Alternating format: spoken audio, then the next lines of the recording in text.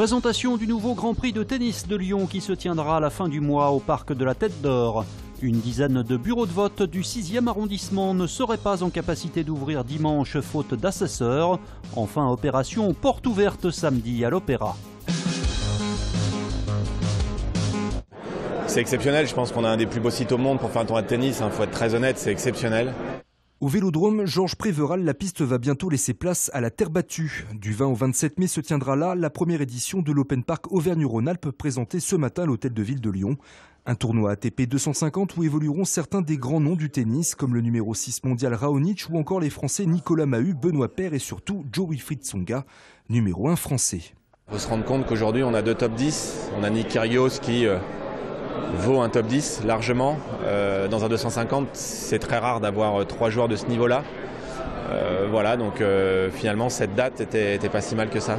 Sur le cours central Espérance Banlieue et les 4 cours annexes s'affronteront au total 28 joueurs devant les plus de 20 000 spectateurs attendus sur la semaine. Le retour d'un grand tournoi s'annonce donc comme une bonne opération pour le tennis à Lyon. C'est vraiment une nostalgie qui commençait à durer puisque nous avions été associés dans le cadre du GPTL à toutes les opérations qui étaient autour de ce tournoi. Et c'est vrai que c'est un moyen pour une ligue de tennis qui travaille beaucoup dans l'ombre pendant toute l'année, d'avoir un petit peu de lumière à des moments donnés, de vis-à-vis des jeunes, faire venir des jeunes, de faire venir les meilleurs joueurs de la ligue, de faire venir les meilleurs entraîneurs. Et je pense que c'est tout ça qu'on recrée avec cet événement. Le prix des places pour assister aux rencontres sur le cours central devrait être compris entre 10 et 48 €. Recherche assesseur désespérément. Après Villeurbanne, c'est au tour du 6e arrondissement de Lyon de lancer un appel pour trouver d'urgence des volontaires pour tenir les bureaux de vote dimanche. À ce jour, certains risquent de ne pas pouvoir ouvrir. En Marche et le Front National, dont les candidats sont qualifiés au second tour, n'ont pas trouvé assez de volontaires. Dans le 6e arrondissement, on a 34 bureaux. Aujourd'hui, on a 10 bureaux qui sont complètement organisés, 10 bureaux très tendus puisqu'on n'a que 2 assesseurs par bureau, donc impossibilité de faire tourner, des gens qui vont rester de 8h à 22h, et 10 bureaux qu'on n'est pas en capacité d'ouvrir depuis hier soir 20h, c'est les chiffres que nous avons. Selon le maire du 6e, il faut aujourd'hui réfléchir à une nouvelle organisation. Alors ce qu'il faut faire, tout simplement, il faut changer la loi. Je crois qu'on est arrivé dans une situation qui maintenant est dans une impasse. On ne peut pas attendre de partis politiques organisés traditionnels d'arriver en finale. On ne sait jamais ce qui peut se passer. Il faut changer la loi, 2 solutions, 2 pistes potentielles. On peut peut-être passer au vote électronique une bonne fois pour toutes. En 2017, on peut peut-être trouver des situations un peu plus modernes qui éviteraient d'avoir besoin d'autant de monde. Ou alors il faudra organiser autrement et trouver une solution pour que tous ces assesseurs soient nommés avant les élections. Rappelons qu'en dernier recours, les présidents des bureaux de vote peuvent toujours réquisitionner les premiers électeurs arrivés pour les assister.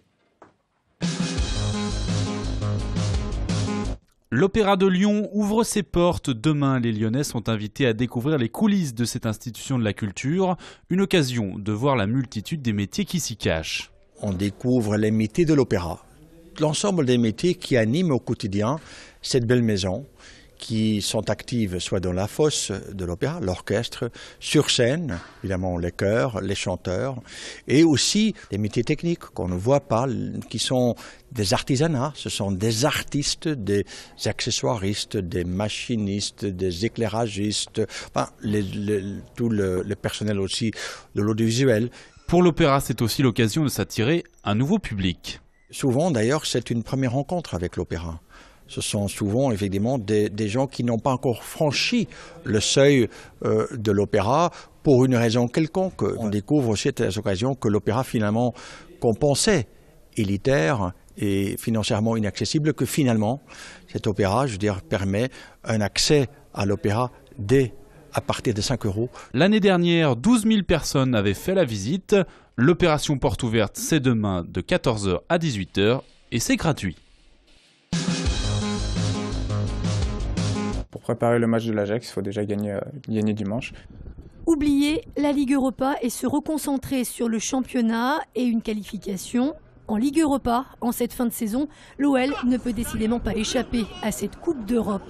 Le match face à Nantes dimanche sera en effet décisif dans la course pour la 4e place. C'est une équipe qui est performante à l'extérieur, qui a une âme, qui a des principes forts, qui joue, qui est joueuse, qui est en pleine confiance, qui a perdu très peu de matchs à l'extérieur depuis l'arrivée d'un nouvel entraîneur. Donc on s'attend à un match difficile. D'autant que les Canaries auront à cœur de laver l'affront du match aller remporté 6-0 par les Lyonnais.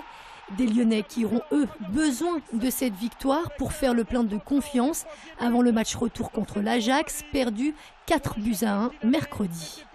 Tout le groupe est concerné et a envie de créer l'exploit, en tout cas, et envie de le faire, pour déjà encore plus marquer l'histoire du club et pour montrer que l'Olympique Lyonnais est toujours présent et toujours un grand d'Europe. Une Europe qui se rapproche malgré tout grâce notamment aux 3 points accordés hier soir par la Ligue de football après le match arrêté contre Bastia. OL Nantes, c'est dimanche à 17h.